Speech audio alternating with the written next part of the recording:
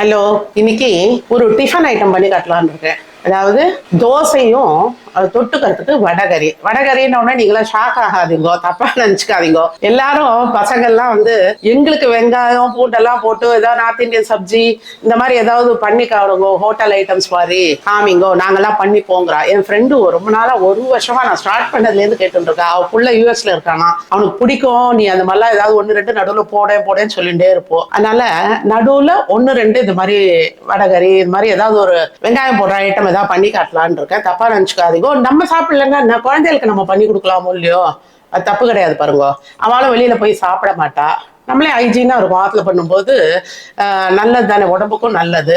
நீங்களாமும் பண்ணி கொடுங்க குழந்தைகளுக்கு. இப்போ இந்த தோசை மாவு நான் எப்படி ப்ரிப்பேர் பண்ணுவேன்றது காட்டுறேன் பாருங்க. இந்த ஆழாக்கால 4 அழாக்கு அரிசி போட்டுக்கணும். அந்த 4 அழாக்குல எப்படி நான் போடுவேன்னா, 3 அழாக்கு இது பாருங்க புழுங்கல், இட்லி புழுங்கல் அரிசி.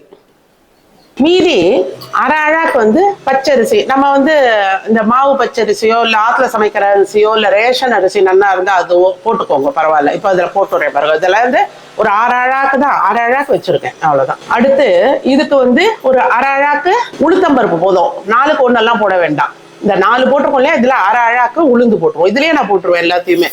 துவரம் பருப்பு சும்மா ஒரு 2 ஸ்பூன் போட்டா போதும். அதே மாதிரி கடலை பருப்பு, கலர் கிடைக்கும். இதெல்லாம் போட்டாக்க இந்த தோசை கலரா இருக்கும். அதே ஸ்பூன் அழியே பாருங்க. வெந்தயம் 1 ஸ்பூன். எல்லாம் போட்டாச்சா, இதை நல்லா கலைஞ்சுட்டு ஜலத்தை விட்டு ஒரு 3-4 மணி நேரம் நல்லா ஊற வச்சிடலாம். இப்போ 11 மணி ஆகுது. நான் சாயந்தரமா தான் அதை அரைக்க போறேன். நல்லா ஊற நல்லா தானே இருக்கும். அரைக்கும் போது உங்களுக்கு காட்டுறேன். இப்போ இது 11 மணி போல ஊற வச்சேன் இல்லையா, இப்போ ஒரு 4:30 மணி ஆகுது. இதை நான் இப்போ அரைக்க போறேன் பாருங்க. இப்போ எல்லாம் ஒரு 20 மினிட்ஸ் இதை அரைஞ்சுடுத்து. இப்போ இதுலயே நான் உப்பையும் போட்டு போறேன். நல்லா 1 டேபிள் ஸ்பூன் போட்டிருக்கேன் உப்பு. இதுக்கு அவளுக்கு தகுந்த மாதிரி போட்டுக்கோங்க. நீங்க எப்படி போட்டுப்பேலோ, சிலர் கம்மியா வேணும், சிலர் ஜாஸ்தியா இருக்கணும். பாருங்க நல்லா நைஸா அப்படி அரைஞ்சிருக்கா. இந்த உப்பு இதை 1 நிமிஷம் இதை அரைஞ்ச உடனே இதை வழிச்சுட்டு போறேன். இதை வழிச்சுட்டு காட்டுறேன் உங்களுக்கு. பத்தியெல்லாம் மாவு அரைச்சாச்சு. இது பாருங்க திக்கா இந்த கன்சிஸ்டன்சில எடுத்து வச்சிருக்கேன். உப்பு போட்டு அதுலயே அரைச்சுட்டோம், இதை வழிச்சுட்டேன். இப்ப பாருங்க, இந்த பிகினர்ஸ்க்கு சொல்றேன். இப்படியே சில குழந்தைலாம் பரவாயில்ல, அதை அலம்பி எடுக்க மாட்டா. அவளுக்கு ஒரு ஐடியா சொல்லி தரேன் பாருங்களேன். என்ன பண்ணணும்னா, நல்லா இதுல 2 டம்ளர் தண்ணியை கூட விட்டுக்கோங்க. நல்லா சுத்து வேற இப்படியெல்லாம் விட்டுட்டு கிரைண்டரை ஒரு முறை ஓட்டுங்க. இதை பார்த்தல, இதை சும்மா ஒரு சுத்தினேன். ஜலத்தை விட்டு இங்க இருக்கிறதெல்லாம் வந்துடுது பாருங்க. இந்த எடுக்கல இருக்கிறதெல்லாம் வந்துடும். இந்த ஜலத்தை விட்டு அப்படியே ஒரு சுத்தினாக்க அவ்வளோத்தையும் ஒரு முறை சும்மா கையால இது பண்ணிட்டு அதுல விடக்கூடாது. இந்த பாருங்க, இந்த மாதிரி ஒரு பாத்திரத்துல விட்டுருக்கும். இவ்வளவு ஜலமும் அது தாங்காது தோசைக்கு. இந்த ஜலத்தை என்ன பண்ணா அப்படியே மூடி வச்சிருக்கோம். ஒரு 2 ஹவர்ஸ் ஆகட்டும், அப்புறம் காட்டுறேன் அதை உங்களுக்கு. கிரைண்டர் அலம்பி நிறைய தண்ணி வச்சோம் இல்லையா, அது பாருங்க எப்படி தெளிஞ்சு இருக்கு பாருங்க. எவ்வளவு தண்ணி விட்ட வேணாலும் அலம்பி வச்சுட்டோம்னா, இப்ப பாருங்க அடியில பார்த்தல அப்படியே மாவு. இதை இப்போ இதில் கலந்துடலாம். ஏன்னா வேஸ்ட்டும் ஆகாது பாருங்க.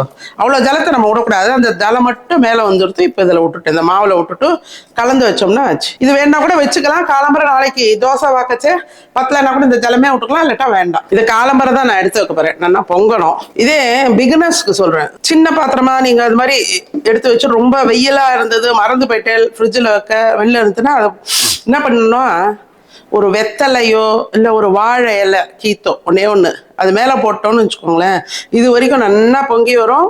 ஆனா வழியாது. சத்தியத்தை கட்டுப்பட்ட மாதிரி அப்படியே இருக்கும். நேத்தி தோசைக்கு அரைச்சி வச்சோம் இல்லையா, அந்த தோசையை பார்த்துட்டு அதை தொட்டுக்கிறதுக்கு வடகறி பண்ணலான்னு இருக்கேன். இப்போ அந்த வடகறிக்கு தேவையான சாமான்கள் சொல்றேன் பாருங்க. நான் ஒரு பெரிய கரண்டி, ஒரு கரண்டி கடலை பருப்பையும் ஒரே ஒரு மிளகாவத்திலையும் ஊற வச்சிருக்கேன். ஒரு 2 ஹவர்ஸா ஊடுறது. 3 டேபிள் ஸ்பூன் தேங்காய் துருவல். இதை பால் எடுத்துக்க போறது. இதுக்கு நல்லா பெரிய வெங்காயம் 2 வெங்காயம், பெரிய தக்காளியா 2 தக்காளி கட் பண்ணி வச்சிருக்கேன். புதினா, கருவேப்பிலை, கொத்தமல்லி, ஒரே ஒரு பச்சை மிளகாய் நறுக்கி வச்சிருக்கேன். அப்புறம் ஒரு 3 பல்லு பூண்டு, ஒரு சின்ன இஞ்சி அதை சதைச்சி வச்சிருக்கேன். அப்புறம் சோம்பு ஒரு 1/2 ஸ்பூன், பட்டை லவங்கம் கொஞ்சோண்டு, ஒரு 4 ஏலக்காய் ஸ்லிட் பண்ணி வச்சிருக்கேன். தேவையான அளவு உப்பு. இதுக்கு காரத்துக்கு காஷ்மீரி சில்லி பவுடர் ஒரு 3/4 ஸ்பூன் எடுத்து வச்சிருக்கேன். ஏன்னா ஒரு மிளகா வத்தல் வேற போட்டு அரைக்க போறோம் இல்லையா. மஞ்சள், தனியா பொடி, தேவையான அளவு எண்ணெய், நெய், அப்புறம் ஒரே ஒரு ஸ்பூன் சர்க்கரை. அவ்வளவுதான் இதுக்கு தேவையான சாமான்கள். ஃபர்ஸ்ட் இலுப்பு சட்டியில ஒரு 2 ஸ்பூன் நார்மல் குக்கிங் ஆயில் விட்டுக்கோங்க. ஒரு 2 ஸ்பூன் நெய் விட்டுருக்கேன். இப்போ இதுல இந்த லவங்கம், பட்டை, ஏலக்காய் இதை போட்டேன். அடுப்பை சின்னதா வச்சுக்கோங்க. அப்புறம் வெங்காயம் இப்போ இது வெங்காயம் தானே வதங்க கொஞ்சோண்டு உப்பு போட்டிருக்கேன் இதுல. இப்போ பாருங்க இது ஒரு அரைக்கு வதங்கியிருக்கேன். இப்போ இந்த இஞ்சி பூண்டை போட்டுடலாம். போட்டு இது நல்லா வாசனை வர வதக்கணும். ஒரே பச்சை மிளகா, இந்த இஞ்சி பூண்டும் நல்லா வதங்கணும், அது வரைக்கும் வதக்குவோம். இப்போ பாருங்க இது நல்லா முக்காதுக்கு மேலே வதங்கிறது. இஞ்சி பூண்டு நல்லா வதங்கி வாசனை வருது. இப்போ இதில் மிளகா பொடி ஒரு அரை ஸ்பூன் மிளகா பொடி தான் போட்டிருக்கேன் நான். ஒரு அரை ஸ்பூன் மஞ்சள் பொடி, ஒரு அரை ஸ்பூன் தனியா பொடி, 2 கருவேப்பிலை, அப்புறம் பச்சையாக கொஞ்சம் போடலாம். கொஞ்சோண்டு புதினா கொஞ்சம் பச்சையாக கடைசியில் அதுவும் போடுவேன். கொத்தமல்லி கொஞ்சம். இப்போ இந்த பச்சை வாசனை எல்லாம் கொஞ்சம் போயிடும். இந்த மிளகா பொடி தனியா பொடியெல்லாம் போட்டோம் இல்லையா, மஞ்சள் பொடியெல்லாம் ஒரு பெரட்டும். இப்போ இந்த தக்காளி பழத்தை போட்டு போகிறேன். இப்போ இதை அடுப்பை சின்னதாக்கிட்டு நல்லா சுருள இதை வதங்கணும். இந்த தக்காளி நல்லா வெந்து சுருள வரைச்சா உங்களுக்கு காட்டுறேன். அதுக்கு நடுவில் இந்த கடலை பருப்பு, இந்த ஒத்த மிளகா போட்டிருந்தேன்ல அது, இதுக்கு தேவையான அளவு உப்பு, இந்த சோம்பு இதுலயே போட்டுடல, இல்லாட்டா வாயில கிடைக்கும் பாருங்க, அதுக்காக தான். இப்போ இதை குறவரப்பா நான் அரைச்சிட்டு வர போறேன். பாருங்க இந்த மாதிரி கொஞ்சம் குறவரப்பா இருக்கணும், அப்பதான் நல்லா இருக்கும். இந்த வடை மாவு அரைச்சத 2 விதமா பண்ணலாம். ஒண்ணு வந்து ஹெல்த் கான்சியஸா இருக்கும், என்ன பண்ணுவா, இத பருப்பூசிலி மாதிரி நம்ம வேக விட்டுட்டு இதை உதுத்து போடலாம். ஆனா இப்ப யங்ஸ்டர்ஸ்க்குலாம் கொஞ்சம் நல்ல டேஸ்டியா வேணும்னு ஆசைப்படுவா. அதுக்காக இதை என்ன பண்ணலாம்னா வடை மாதிரி பண்ணியும் அதை கடைசியில போடலாம். இன்னைக்கு நான் வந்து இது வடை மாதிரி தட்டி தான் அதுல உதுக்க போறேன். இப்போ எண்ணெய் காஞ்சதும் இது பாருங்க சின்ன சின்னதா இந்த புணுக்கு மாதிரி போட்டுடலாம். மட்டாதான் நான் எண்ணெய் வைக்கிறேன், இந்த எண்ணெய் நிறைய வைக்கல, ஆனா கொஞ்சம் கொஞ்சமா போடலாம். இப்ப பாருங்க இது அப்படியே திருப்பி விட்டுடலாம். 3/4 வேக்காடு இருந்தா போதும், முழு வேக்காடு வேண்டாம். இப்ப பாருங்க இதை நான் எடுத்துட போறேன். போதும், ரொம்ப கரகரப்பா எடுக்க வேண்டாம், பக்கோடா மாதிரி. இதே மாதிரி எல்லாத்தையும் போட்டுட்டு உங்களுக்கு காட்டுறேன். இப்போ இந்த வடைக்கு அரைச்ச இந்த மிக்சி ஜார்லயே இப்போ நான் இந்த தேங்காவையும் போட்டு அரைச்சி பால் எடுத்துன்னு வந்து காட்டுறேன் பாருங்க. தேங்காய் பால் எடுத்துன்னு வந்துட்டேன்.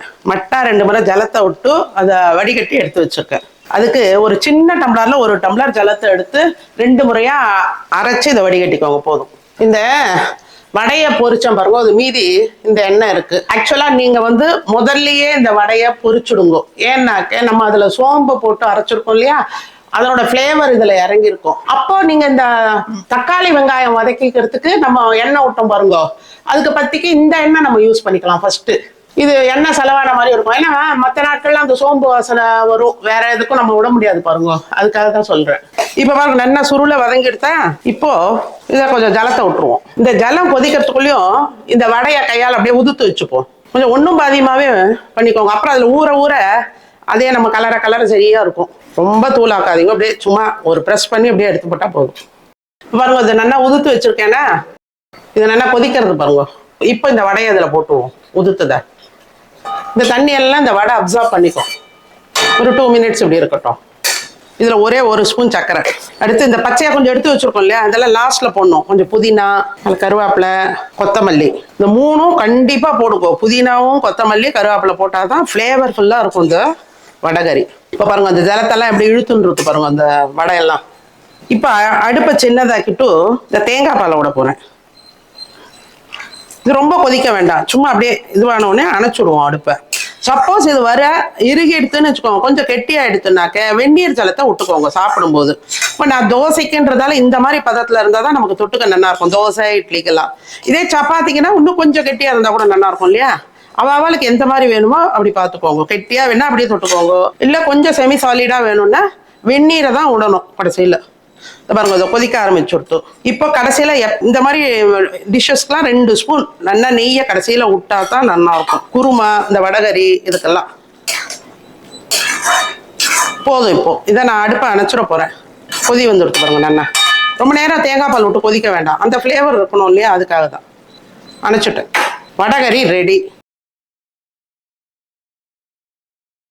நேற்று அரைச்ச மாவுலேருந்து நான் வேணுங்கிற அப்பப்போ எடுத்துப்பேன், அவ்வளோதான். இதை பாருங்க எடுத்து வச்சுட்டு இருக்கு.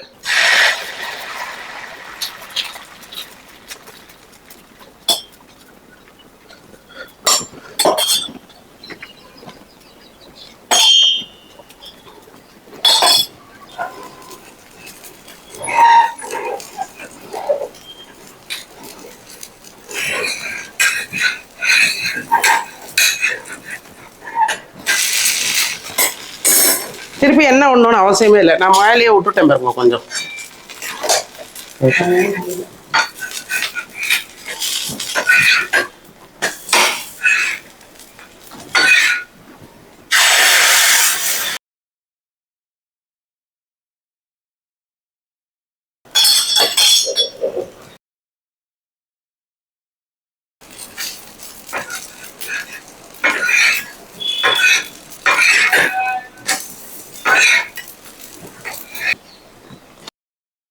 இதே மாதிரியே எல்லா தோசையும் வார்த்த வேண்டியதுதான். முத்தா வேணுங்கிறோம் முத்தா வாத்துக்கோங்க, மெல்லிசா வேணுங்கிறோம் மெல்லிசா வாத்துக்கோங்க. இந்த வடகறி வந்து ரொம்ப மசாலாலாம் நான் போடல பாருங்க, லைட்டா தான் நான் போட்டிருக்கேன். அதனால எல்லாருக்கும் பிடிக்கும் அது. நான் வந்து இந்த கரம் மசாலா பொடியெல்லாம் போடல பாருங்க, அந்த பூ அது இதுன்னு ஏதோ போடுவோம், அதெல்லாம் போடுறதே கிடையாது.